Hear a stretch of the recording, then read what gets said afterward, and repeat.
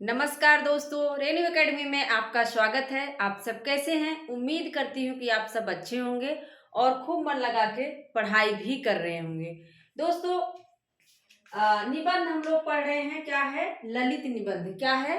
ललित निबंध है। और ललित निबंधों में हमने अ, उनको शिव प्रसाद सिंह को भी याद कर लिया है। कुबेर नाथ राय के बहुत सारे निबंध हैं, उसको भी हमने ट्रिक से, बेहतरीन ट्रिक से याद कर लिया है। तो अगर आप चैनल पर नए हैं तो शेयर कर दीजिएगा, सब्सक्राइब कर लीजिएगा, लाइक कर दीजिएगा। यहाँ पे हम चीज़ों को ट्रिक के माध्यम से रिलेट करके याद करते हैं। तो आइए देखते हैं क्या है। एक मिनट यहाँ। तो यहाँ पे जो है हम देखेंगे विद्या निवास मिश्र के निबंध। किसके हैं? विद्या निवास मिश्र के निबंध हैं। और इनके बहुत सारे हैं, एग्जाम में पूछा भी जाता है। अब इतनी सारी निबंधों को आप रट नहीं सकते, कितना भी रट्टा मार लीजिए, लेकिन वो एग्जाम में कंफ्यूज हो जाता है। तो आप सब जो है इसको रिलेट करके याद कर सकते हैं। विद्या निवास मिश्र, विद्या निवास मिश्र है, देखो। और कहाँ बैठे हैं? चितवन की छाह। क्या है? चितवन की छाह है। छाह में क्या करते हैं? हल्दी दूब। छाह है तो वहां तो धूप रहेगी। देखो, जहां धूप वगैरह ज्यादा रहेगी वहां घास वगैरह, घास उतनी नहीं होती, लेकिन जहाँ पेड़ रहता है तो वहां पे क्या रहेगा? घास। नीचे आप देखेंगे दूब एक प्रकार की घास होती है, जो गांव के होंगे जानते होंगे। तो वहां पे क्या है? हल्दी दूब है। क्या है? वहां पे दूब है। छा में क्या है? हल्दी दूब है। इससे आपका क्रम भी तैयार होगा। फिर क्या है? हल्दी दूब किसकी तरह लग रही है? कदम की फूली डाल। जैसे देखो कदम का फूल होता है, वैसे ही हल्दी दूब लग रही है। क्या लग रही है? हल्दी दूब कदम के फूल की तरह लग रही है। और तुम चंदन हम पानी, ये क्या करते हैं? ये क्या करते हैं? हल्दी धूप क्या लग रही? कदम का फूल लग रही है। और ये चंदन पानी लेके, देखो जब शादी विवाह होता है तो हल्दी में चंदन मिला के फिर लगाया जाता है ना, तो वहीं से रिलेट कर लो कि दूब वगैरह लेके फिर क्या करते हैं? चंदन और पानी लेकर क्या करेंगे? आंगन का पंछी, आंगन में ये सिल रखते हैं। सिल पहुंचाई, आंगन मैंने सिल पहुंचाई। आंगन का पंछी बंजारा मन, मैंने सिल पहुंचाई। आंगन में क्या रखते हैं? सिल। देखो जो गांव के होंगे जान ही रहे होंगे कि सिल वगैरह, सिलबट्टा जिससे पीसते हैं वो आंगन में रखा जाता है। तो आंगन के बाद क्या है? सिल। आंगन में क्या रख दिए? ये सिल पहुंचा दिए। और बसंत आ गया, बसंत आ गया पर कोई उत्कंठा नहीं। बसंत आ गया हजारी प्रसाद द्विवेदी का, लेकिन कोई उत्कंठा नहीं अगर शब्द दिख जाए तो विद्या निवास मिश्र।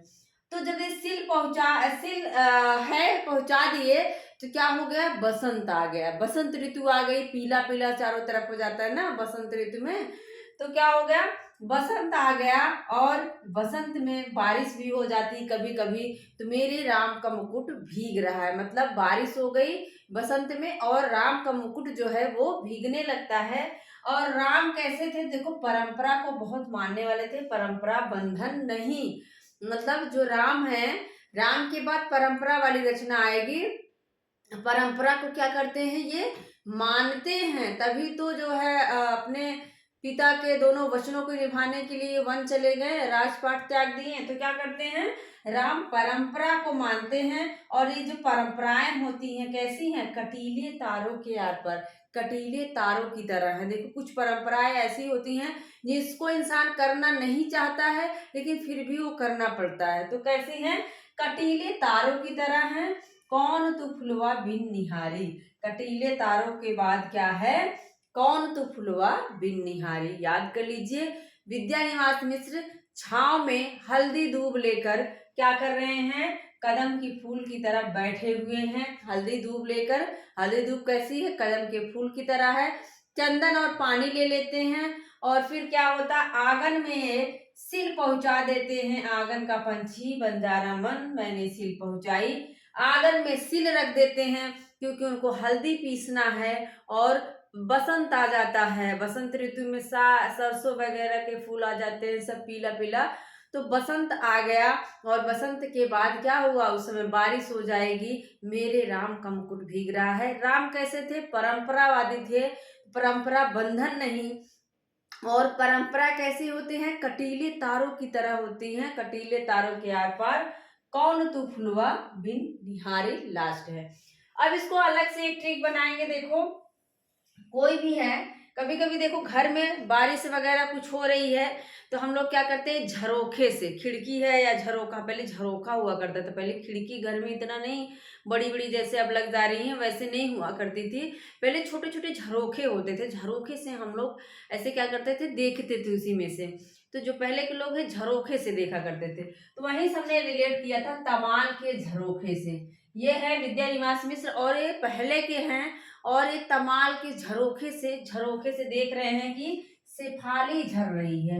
ये देख रहे हैं कि ऐसे शेफाली क्या है, ऊपर से पेड़ में से शेफाली झर रही है। झरोखे से भी देखो कभी कभी बारिश वगैरह में, बारिश होता है पानी नीचे गिरता है, बहुत सारे पेड़ पत्ते भी नीचे झरते हैं, झर रहे हैं, तो वही ये शेफाली झर रही है और बूंद मिले सागर में। और उसी झरोखे से देख रहे हैं कि सब बूंद जो गिर रही हैं, आसमान से बारिश हो रही है, वो सागर में मिल जा रही है पीपल के बहाने। और पीपल के पत्ते भी गिर रहे हैं ऊपर से, पीपल के पत्ते भी ऊपर से गिर रहे हैं। फिर क्या है, इनको सीरीज की याद आती है। तब इनको क्या होता है, सीरीज की याद आ जाती है। और ये चिंतन धारा, भारतीय चिंतन धारा में डूब जाती हैं और आंखों से गिर रहा पानी क्या हो जाता है, आंखों से पानी गिरने लगता है।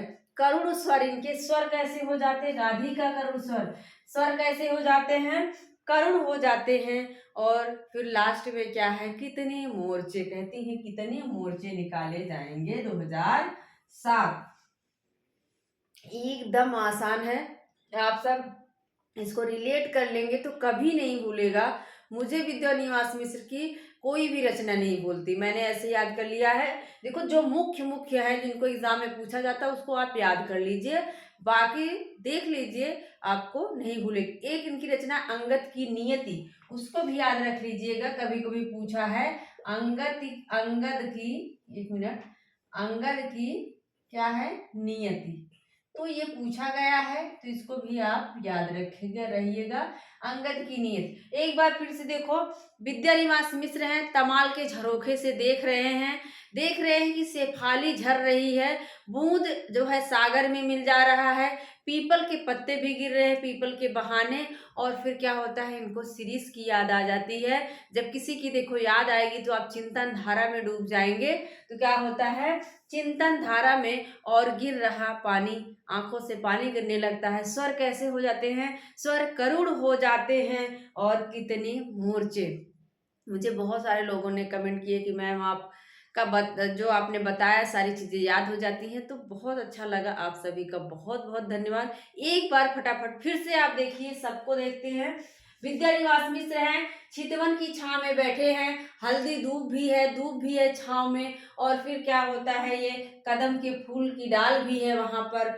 फिर क्या हुआ, ये चंदन और पानी लेकर आंगन में सिल रख देते हैं लाके। और जब आंगन में सिल रख रहे हैं तो मतलब पीला हल्दी पीसेंगे, और हल्दी क्या है, पीला बसंत का जो है प्रतीक है। तो बसंत ऋतु आ जाती है, बसंत आ गया, कोई उत्कंठा नहीं। और बसंत के बाद क्या होगा, बारिश भी हो रही है, मेरे राम का मुकुट भीग रहा है। क्या हो रहा है, मेरे राम। और राम कैसे थे, परंपरावादी थे।